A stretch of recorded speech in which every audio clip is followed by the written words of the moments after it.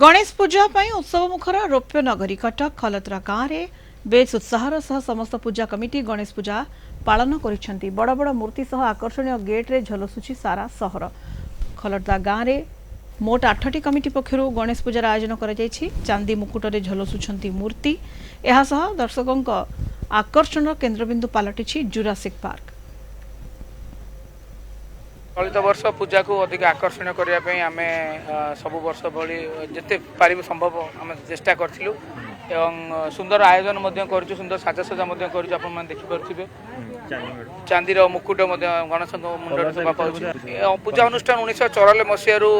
आरंभ हो आसी आम पूर्व बड़ भाई मैंने पूजा करते हजि जाऊा संस्कृति को पुनरुद्धार करने आम प्रयास करूँ। आर वर्ष आमर